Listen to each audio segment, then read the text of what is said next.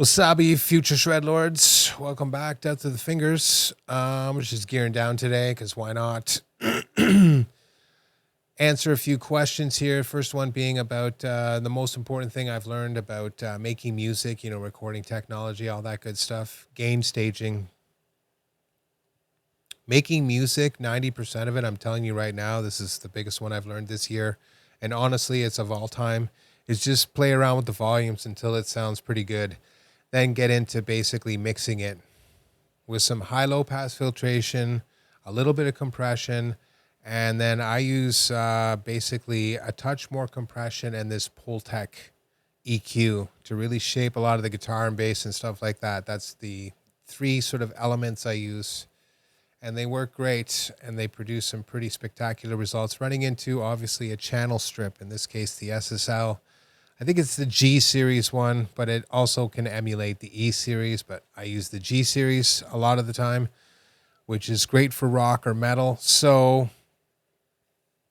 that kind of right there, and that's just it. Before I used to EQ things and then mess with the volume. Wrong. Now I do all the volume adjustments across all the instruments and the channels themselves. Every volume has an impact on how the sound is going to be portrayed. That's just the truth. So you have to kind of sit there and adjust them all in little incremental ways so you can, you can get the best overall sound. And then once you get it as close as you can, just using the volume, that's when you start mixing it with a specific sort of goal in mind. In my case, I'm doing high-low pass filtration first to cut off the lows and the highs that are going to adversely affect the compression. And I'm using the 1176 in mid-side mode so I can just basically compress the stereo image in a more precise manner. And then I send that up again to another light overall compression, which glues it together, if you will. And then I have a Pultec that it runs into, which is a fancy EQ, which lets me do just a very general sort of, massaging of the sound to make it sound beefy in the low end and bright enough and pleasing in the high end. And this tool I use, Virilia from Mixland, it's awesome. I got it for $50. It's an awesome tool. So there it is. Is definitely a bit of a game changer, and that's just it. It's like dynamics control before you actually get around to EQing things, and dynamics control is basically gain staging, controlling how much volume's going into the high-low pass filter, how much volume comes out of it, going into the compressor, how hard you're working the compressor with respect to input and output volume. Are you really pinning it? Are you really working it hard? Or are you sort of dialing it back? Then there's the channel volumes, right? Then you're feeding up into another bus, which in this case has the Virilia. So is it going into there relatively quietly, and then you drive the output of that actual compression module as you start to compress it a bit? You see what I'm getting at? Like, there's so many different ways of increasing the volume. It's not just turn the track up. There's about 6 volumes right there. So balancing all of those out first before you start doing any real EQing usually makes a massive difference. And if these tools you're using, like the Virilia I'm using, has a high-low pass filter, I set those two at the same time.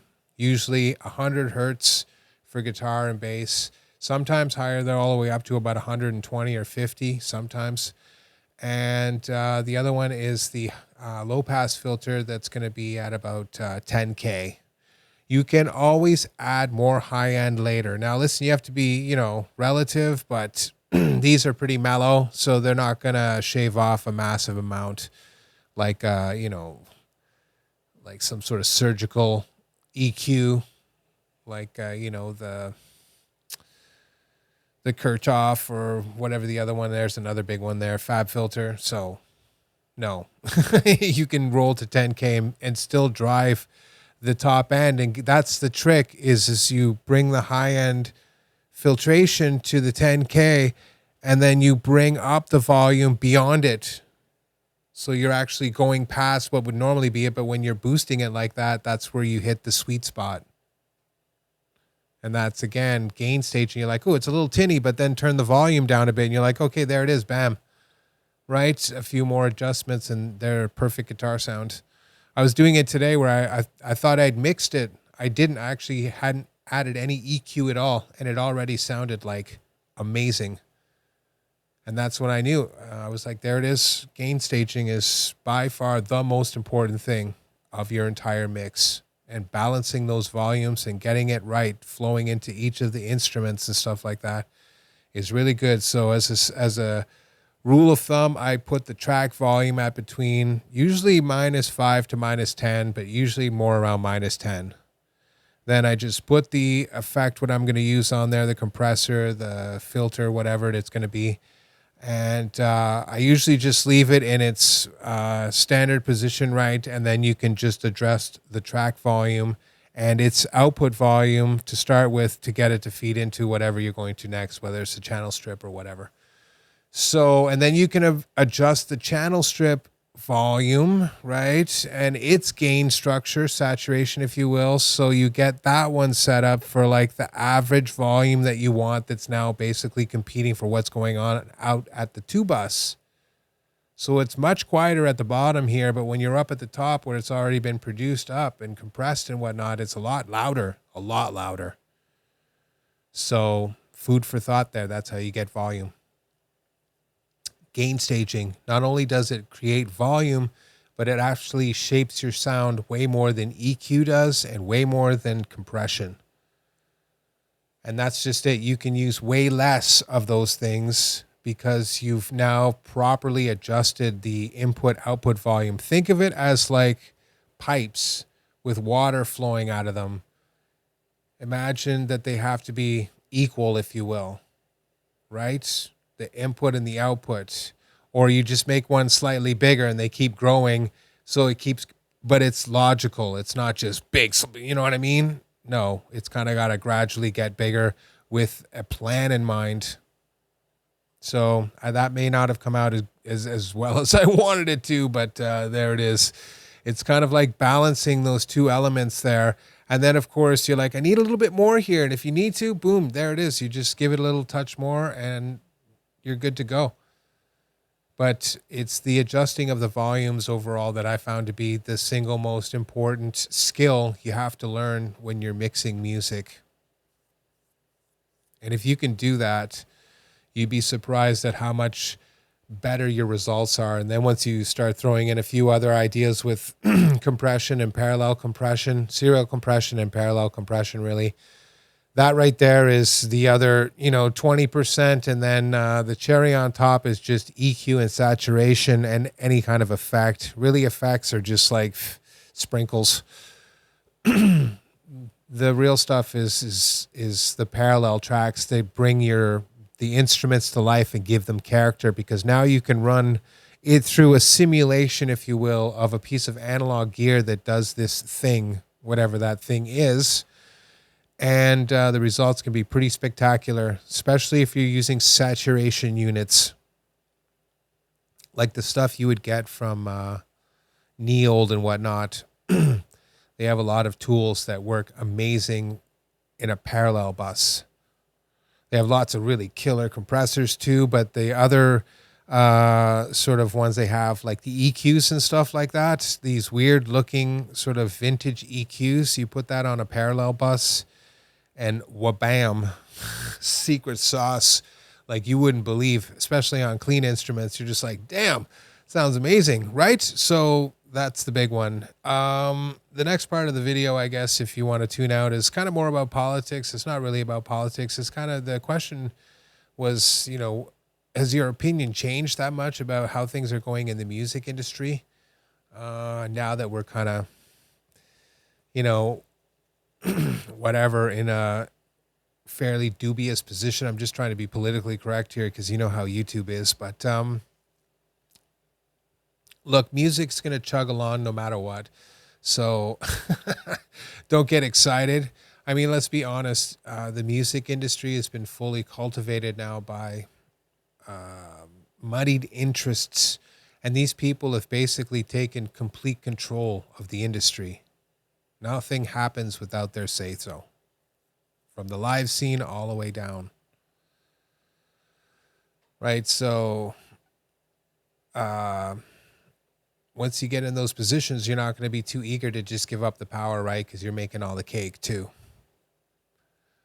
So, of course, they don't care about artists. They care about money. And they'll do whatever they need to make more money by using music, which is why you see this explosion in AI and whatnot. It's just moneyed interests basically trying to exploit apathy in the buying public, if you will. And it works too, trust me. In the same time, I've lost 2 subscribers. One of these, although I think they were only following me because they wanted to see if I was going to say some naughty stuff politically speaking, because I said some mean stuff on Twitter and I got banned for a week. Yeah, I said it. No, the AI channel that I follow to just play along with music and stuff went from like 700 subscribers to like almost 3,000 now.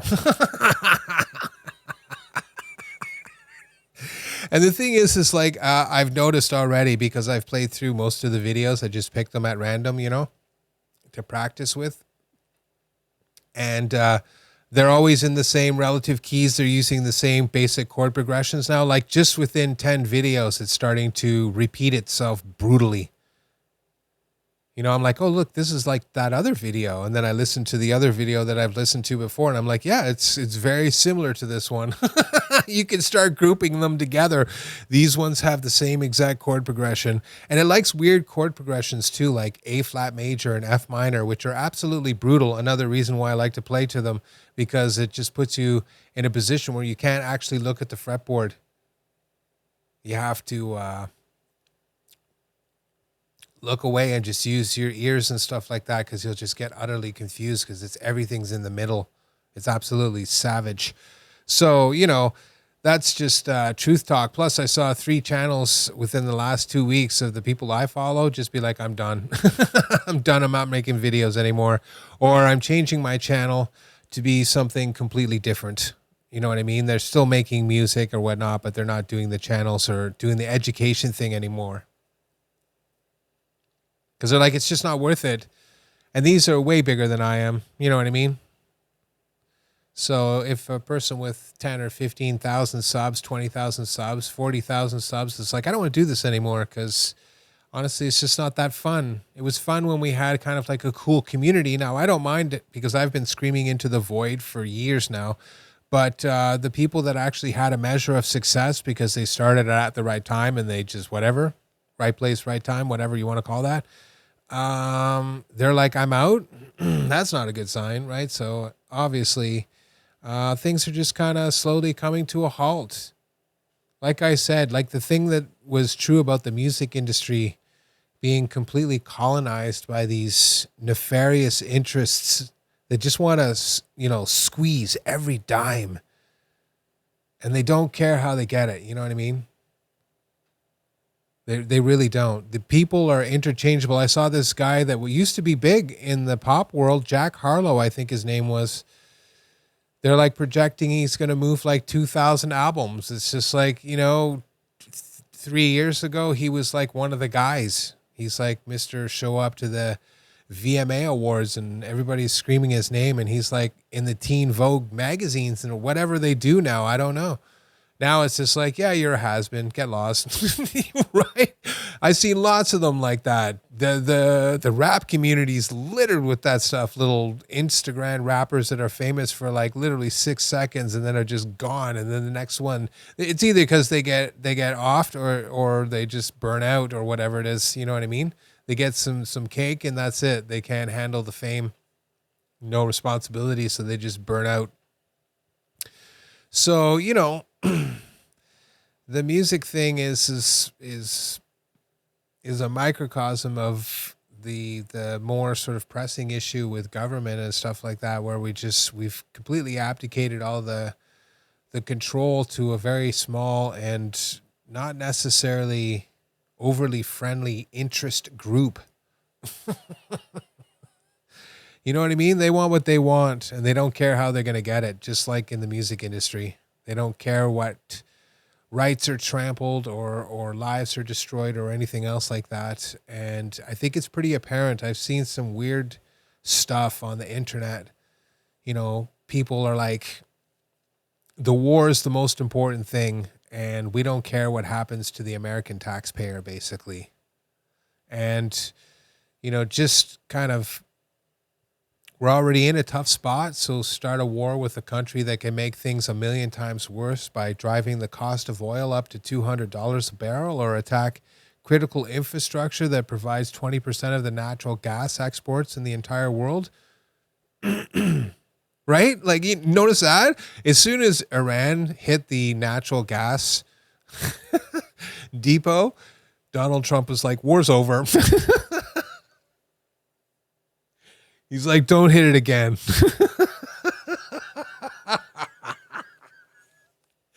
He's like, just don't do that again, okay? So, I mean, that was a major lesson for him right there. And I mean, obviously, this is going to be another Vietnam, unfortunately, because, of course, the people in Washington don't actually have a true grasp of reality. They live in like an alternate reality. You saw this in the 80s. I remember watching this harrowing documentary about Michael J. Fox and what happened to him when he got famous. Because obviously he was absolutely monstrous in Back to the Future and Secret of My Success. There's that TV show, was it Family Ties? So he was just exploding on all levels. And the madness that followed was just insane. And that's kind of what I'm getting at. Once you get to a certain level, the excess is just beyond all imagining, you know, and there's no such thing as the word no. Right. So,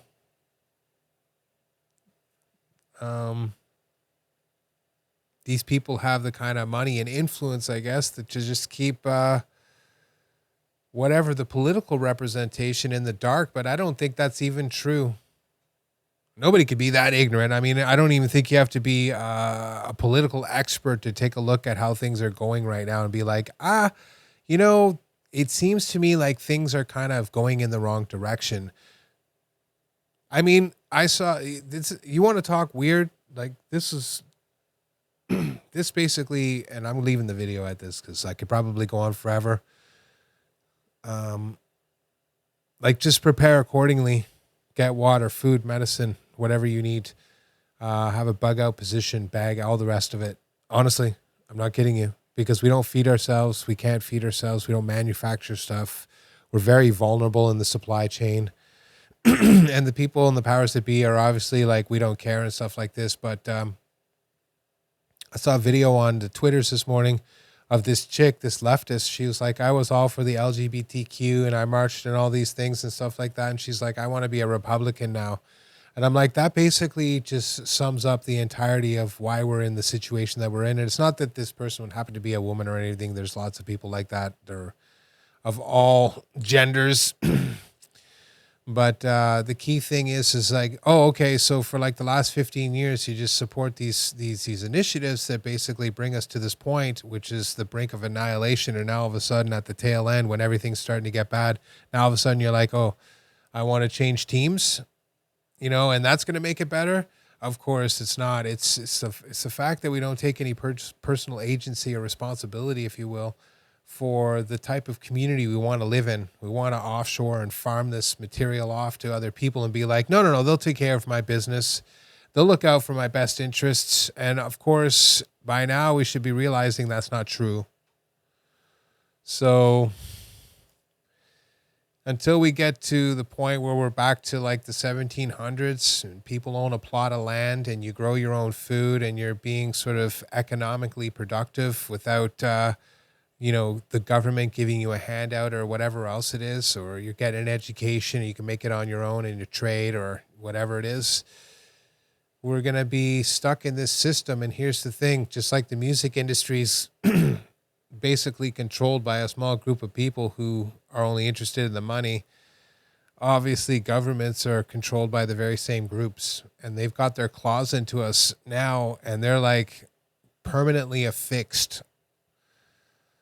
It's like that movie Shudder with the ghost that's on the guy's back. It's just like that. So getting that off is going to be insanely difficult, I would imagine. Right. So I hope that brightened up your Friday. A bit of a ramble there, but I feel good about it. Hope you have a killer weekend. Practice, practice, practice. You always have music to fall back on. Throw on some tunes. Turn off the world. Play some music. Make some music. Do some recordings and stuff like that. The world's going to go on as the world's going to go on. As people start to wake up, maybe we can turn the ship around and stuff like that. But for now, don't burn yourself out mentally and emotionally. Instead, try to reserve some energy for the long game because it's coming. See you in the next one.